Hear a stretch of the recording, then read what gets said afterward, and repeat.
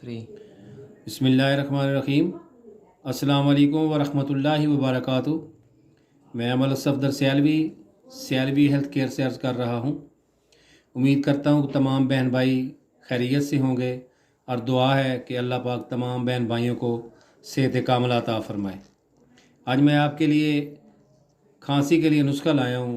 ये दोनों खांसियों पे काम करेगा, खुशक खांसी है या बलगमी खांसी है, और इंशाल्लाह आप इस्तेमाल करें चंद दिन में इंशाल्लाह इससे आपको शफा होगी।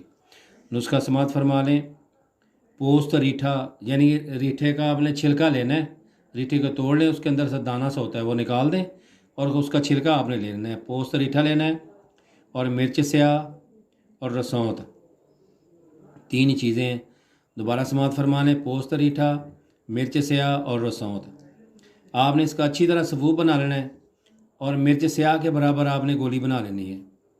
अच्छी तरह सफूफ बना लें और काली मिर्च के बराबर गोली बना लेनी है आपने।